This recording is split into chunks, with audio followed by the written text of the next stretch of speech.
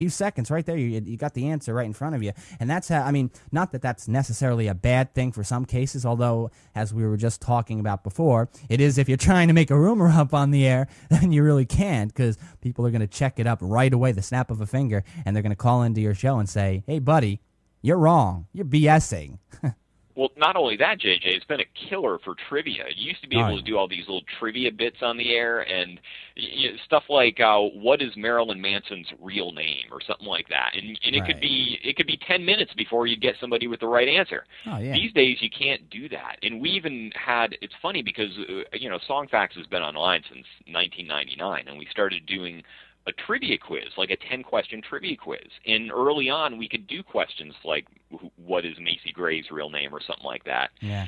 And nowadays, we have to Google-proof the questions, which is very, very hard. Try coming up with 10 questions that you can't Google easily and figure them out. That's very difficult. I mean, a lot of radio stations, if they're not going to Google-proof a question, if they're doing a trivia contest or with a trivia question, what they'll do is they'll ask people to call in, answer the question, even regardless of whether or not they do answer it right, which they probably will because of Google. They'll do maybe the 50th caller wins the contest and they win the prize. A lot of radio stations also do that. Some actually follow their call letters. If you're Z100 in New York, you're going to have the 100th caller. I know a lot of radio stations do that too. Mm-hmm. Yeah. So you have one more that you can throw at us, and then I'd like to throw a few songs your way that are based on the title you'd think mean what the title is stating, but there actually is a very different meaning to these songs. Okay, I can tell you that the song Down Under, which is this big 80s hit that I thought was just this Go-Go Australia song.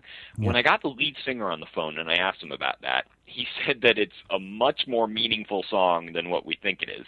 And it's about the selling of Australia. It's a very political song. So the next time you're listening to Down Under, think of it in terms of the government selling off the country and mistreating their indigenous people, and that's what the song's about. Yeah, and Men at Work, another band that I definitely liked. I mean, not one of my favorites, but the song Down Under is great, and based on how I interpreted it, and I, believe it or not, didn't even know before you just told me that it was that. I thought it was more of a patriotic song. I really did. I thought it would be more patriotic. It's kind of the Australian version of Born in the USA. Yeah. Well, thanks for letting me know that, definitely, Carl. All right, I'm going to throw some songs your way.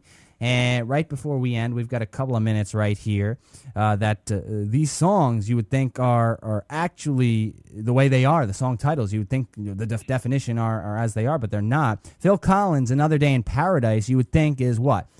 Somebody is talking about a beautiful place, a heavenly place, but it actually is the exact opposite of that. Well, yeah, that's about a homeless person. And Phil Collins made the video to make it very clear what that song was about, so he helped out a bit with the visual clues. But some of these songs, they don't hit you right away because of the title, and sometimes it's because of the music. At least with Another Day in Paradise, the music is fairly melancholy, so if you kind of do listen, you pick up on it. There's an Elvis Costello song that would always get me. It's called Veronica. And when everybody listens to Veronica, I always like to point out that it's about a woman with Alzheimer's. Yeah. So Veronica being about Alzheimer's, I actually don't know I don't know the song too well. Well, it's got this really kind of upbeat chorus. And he's singing about Veronica sits in her favorite chair. She's just very quiet and free, and you think, oh, is this happy? Yeah. But then as you get into it, you're like, oh, wait, why is she sitting in the chair? and you realize that it's a very interesting song, but it belies the upbeat music that goes with it. Yet another misinterpretation right there. All right, U2's With or Without You, one of my favorite U2 songs right here, and there could be so many misinterpretations or interpretations of this song. One would think, based on the title and the lyrics, that someone would be, regardless, I guess, of whether they are with or without someone would think I would think that, right? I mean, based on the song. Yeah, beautiful song, and really Bono when he was in his zone. This is the Joshua Tree album, which is really U2 at their peak, And Bono could write just about anything, man. If you ever get in one of these creative peaks, just crank out as much as you can. If you're a writer, musician, whatever. Yeah. And Bono could write lyrics at this time that were just so meaningful, right. not only to him, but to the listeners. So this is one of these songs that can be explained different ways to different people. And right. for Bono, it was it was kind of a composite of all the relationships he had been through with women, with his band members, with all the people he knew. And it's one of those great songs that, like you said, is so meaningful to you as the listener in your own interpretation. Absolutely, like so many others. How about this one, folks? Those of you listening, how many times have you sung this one in school? Back when you were in grammar school or even in kindergarten, I could tell you I sang this one 1,000,000 times. Woody Guthrie's This Land Is Your Land. Many feel this is a patriotic song, but it isn't. It isn't. It's the exact opposite, I've heard, I guess. Well, this is Woody Guthrie. This was really interesting.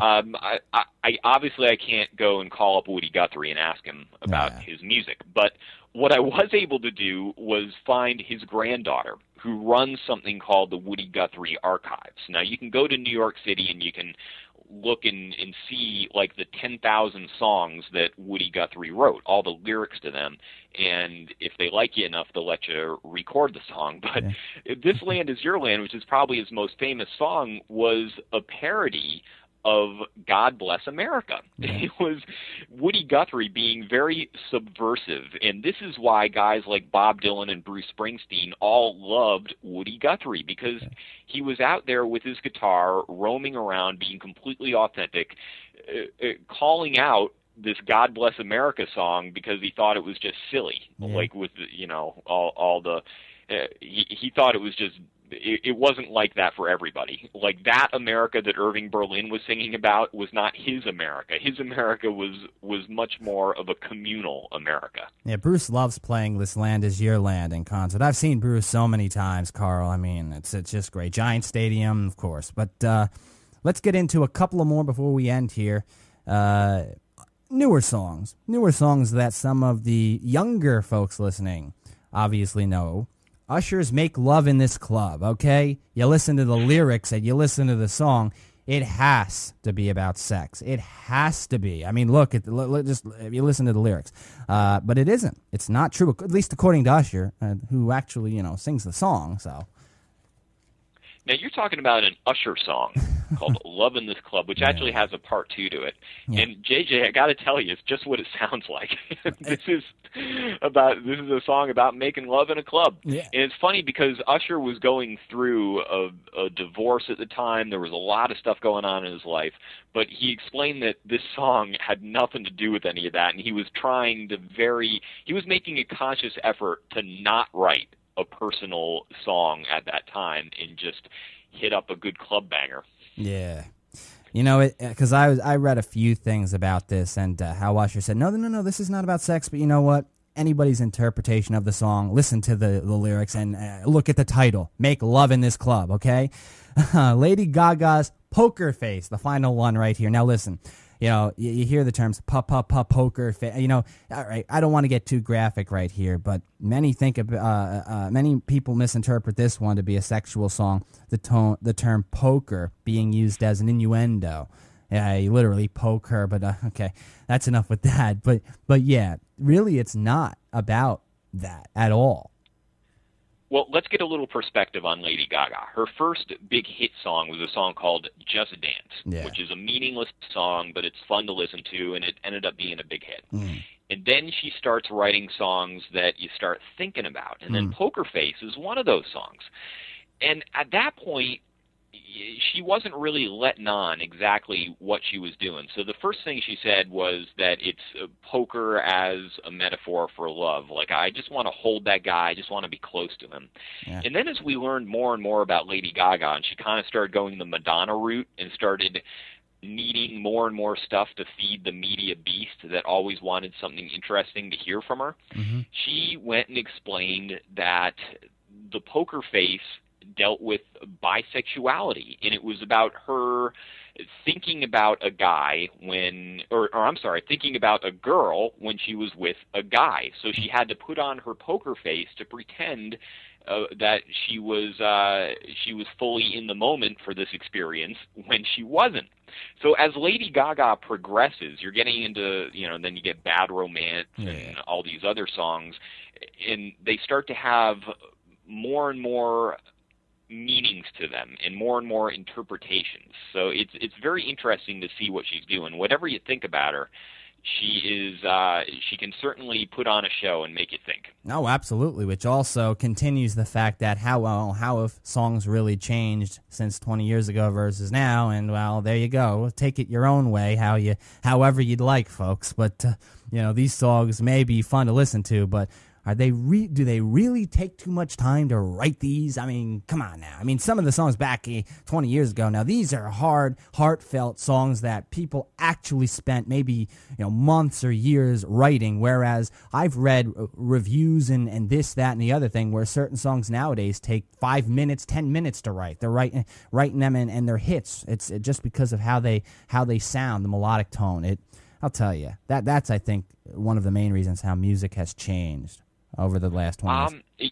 JJ, I'm going to disagree with you on that. I've talked to over 100 songwriters, and just about all of them will say that when they get that flash of inspiration, the song comes quickly. So they just are able to bang that thing out. Now, production-wise, like Brian Wilson would take 2 years to do Good Vibrations, that kind of thing, whereas these days somebody can mash this thing out in Pro Tools in a few hours and get the song produced. But the inspiration for the song, when you're actually writing it, that comes in a flash. It's very rare, unless you're Leonard Cohen, and it takes years to write a song.